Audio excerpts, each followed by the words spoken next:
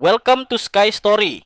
Saksikan cerita penuh misteri dan keajaiban yang penuh inspirasi dan pastinya. Jangan lupa like, komen, dan subscribe. Selamat menikmati perjalanan di Sky Story. Judul, Hujan di Bawah Pohon Itu. Di sebuah desa terpencil bernama Cibatu, ada sebuah pohon tua yang tumbuh tepat di tengah sawah. Pohon itu besar, bengkok seperti tubuh renta, dan selalu tampak basah meski hari panas. Warga desa menyebutnya pohon jaga, dan punya satu aturan yang tak boleh dilanggar, jangan pernah berteduh di bawah pohon itu saat hujan. Namun, Nita, seorang mahasiswi dari kota, tak percaya dengan hal-hal mistis. Ia sedang libur kuliah dan memutuskan tinggal sementara di rumah neneknya di Cibatu. Suatu sore, saat berjalan-jalan sendirian, hujan deras tiba-tiba turun. Jauh dari rumah dan tak ada tempat berteduh lain, ia pun berlari ke arah pohon jaga. Ah, cuma pohon, gumamnya, basah kuyup dan menggigil. Saat ia duduk bersandar di batang pohon, hujan terasa makin deras.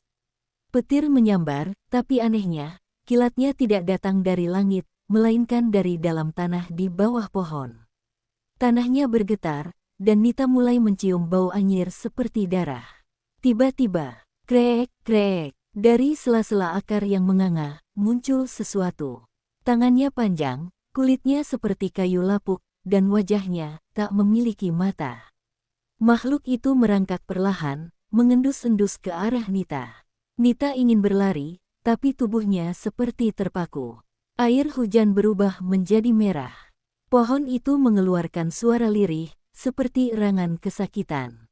Dan saat makhluk itu menyentuh kakinya, ia melihat bayangan masa lalu, seseorang digantung di pohon itu, ditinggal membusuk oleh warga desa karena dituduh dukun sesat. Ternyata, setiap hujan, arwah orang yang digantung itu bangkit mencari tubuh baru, dan hanya akan bangkit jika ada orang yang berteduh di bawah pohonnya. Petir terakhir menyambar. Nita menjerit dan lenyap. Besoknya, hujan reda. Warga menemukan pohon itu sedikit lebih besar dari biasanya. Dan di antara akarnya, tumbuh sesuatu yang baru, sehelai rambut panjang terjepit di sela akar. Dan kini, desas-desus mulai beredar. Pohon itu akan kembali memanggil saat hujan turun lagi. Setelah hilangnya Nita, neneknya mulai merasa ada yang aneh. Malam-malamnya dipenuhi suara hujan yang turun hanya di sekitar rumahnya, padahal di luar sana langit cerah. Kadang terdengar ketukan di jendela, disertai suara basah seperti lumpur tercecer. Suatu malam, nenek Nita dibangunkan oleh suara tok, tok, tok di pintu depan. Saat dibuka, tak ada siapa-siapa, hanya jejak kaki basah mengarah menjauh, menuju sawah. Jejak itu berakhir di bawah pohon jaga. Desa pun mulai gempar. Beberapa warga yang mencoba menebang pohon itu mendadak jatuh sakit. Ada yang pingsan saat kapaknya mengenai kulit pohon. Ada pula yang mendadak bisu. Satu orang malah ditemukan tergantung di atas dahan, dengan mata melotot dan lidah terjulur. Malam berikutnya, hujan deras turun tanpa petir. Tapi warga tahu, itu bukan hujan biasa. Langit gelap tak terlihat, dan angin membawa bau amis, seperti darah lama. Orang-orang mengunci diri di rumah, tak berani keluar. Tapi dari balik jendela, banyak yang bersaksi melihat sesosok perempuan berdiri di bawah pohon itu. Rambut panjangnya menutupi wajah, bajunya putih tapi penuh tanah, dan kakinya tak menyentuh tanah. Itu Nita, tapi bukan Nita lagi. Ia berdiri diam, tangan menengadah, seolah menunggu seseorang mendekat. Dan setiap malam hujan turun, sosok itu semakin jelas. Kadang ia melangkah lebih dekat ke desa. Kadang ia berdiri di depan rumah warga tertentu, menatap lewat jendela meski tanpa mata. Lalu, datang malam paling mengerikan. Petir menyambar 7 kali. Hujan turun hanya di atas pohon jaga. Dan seluruh desa mendengar suara tangisan yang bukan milik manusia. Nenek Nita menghilang malam itu. Esoknya, warga menemukan pohon itu menjalar lebih jauh. Akar-akar pohonnya menjulur keluar dari tanah, merambat ke arah pemukiman. Dan di batangnya, muncul benjolan menyerupai wajah manusia. 2, lalu 3, lalu banyak. Pohon itu sekarang tidak hanya menyimpan satu roh, tapi menjadi rumah bagi semua jiwa yang pernah mengabaikan larangan hujan. Desa Cibatu kini tak lagi sama. Tak ada yang berani keluar rumah saat langit mulai gelap. Anak-anak dilarang bermain dekat sawah. Dan setiap hujan turun, semua warga berdoa diam-diam, berharap mereka bukan yang dipanggil berikutnya. Namun, ada satu orang yang tak takut, Pak Raji, mantan dukun desa yang sudah tua dan nyaris dilupakan. Ia tahu sejarah sebenarnya pohon jaga. Lebih besar dari pohon itu bukan kutukan biasa, katanya.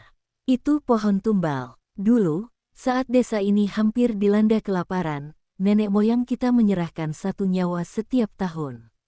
Digantung di situ, biar sawah tetap subur. Ritual itu berhenti beberapa dekade lalu, tapi pohon tetap menagih. Ia haus akan darah manusia.